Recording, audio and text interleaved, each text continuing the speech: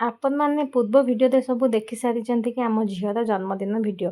ଜନ୍ମଦିନ ଥିଲା ବୋଲି ଆମ ଝିଅ କହିଥିଲା ବୋଲି ମୁଁ ଦେଇ ଘରକୁ ଚାଲି ଯାଇଥିଲି। ବର୍ଥଡ଼େ ସରିଲା ପରେ ଏଇଟା ହେଉଛି ମୋର ମଝି ଦିନ। ଆଜି ଦେଇ ଘରେ ବନୁଥିଲା ମିକ୍ସଚର ତରକାରୀ। ମୁଁ ପରିବା କାଟି ସାରିଲା ପରେ ଦେଇ ଏଠି ସବୁ ଭଜାଭଜି କରିକି ଛାଣିଛୁଣି ଦେଇକି ତରକାରୀ ପ୍ରିପେୟାର କରିଦେଇଥିଲା। ଖାଇସାରିଲା ପରେ ମୁଁ ଏତେ ଆଉ କିଛି ବ୍ଲଗ୍ ବନେଇନି, କାରଣ ଛୁଆଙ୍କ ସହିତ ମୋର ସମୟ କେତେବେଳେ କେମିତି କଟିଯାଉଛି ସେଇଟା ମୁଁ ଜାଣିପାରୁନି। ଖାଇସାରିକି ରେଷ୍ଟ ନେଲା ପରେ ଏଠି ଭାଇ ଆଣିଲେ ଛାଡ଼ିବାକୁ। ଛୁଆ ଦିଜଣଙ୍କର ଜିଦି ଥିଲା କି ଆମେ ଦୁଇ ଜଣ ବି ଯିବୁ କରିଲେ ଆଉ ଆସିଲେ। ଖରା ହେଉଥିବାରୁ ଆଣିବାକୁ ତ ଇଚ୍ଛା ହେଉନଥାଏ, କିନ୍ତୁ ତାଙ୍କ ଜିଦି ଆଗରେ ତ ଆମକୁ ହାର ମାନିବାକୁ ପଡ଼ିବ ନା।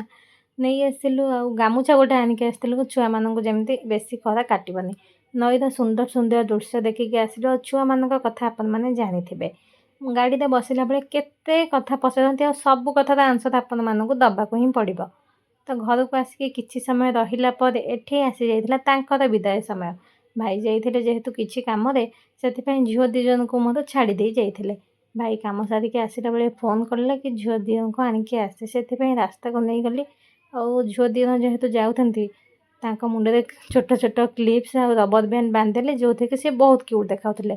ଗୁନୁର ମୋର ଟିକେ ଭାଇବ୍ସ ମିଶେ, କ'ଣ ପାଇଁ ନା ସିଏ ଯେମିତି ଚଗଲାମି କରେ ମୁଁ ବି ସେମିତି ଚଗଲାମି କରେ।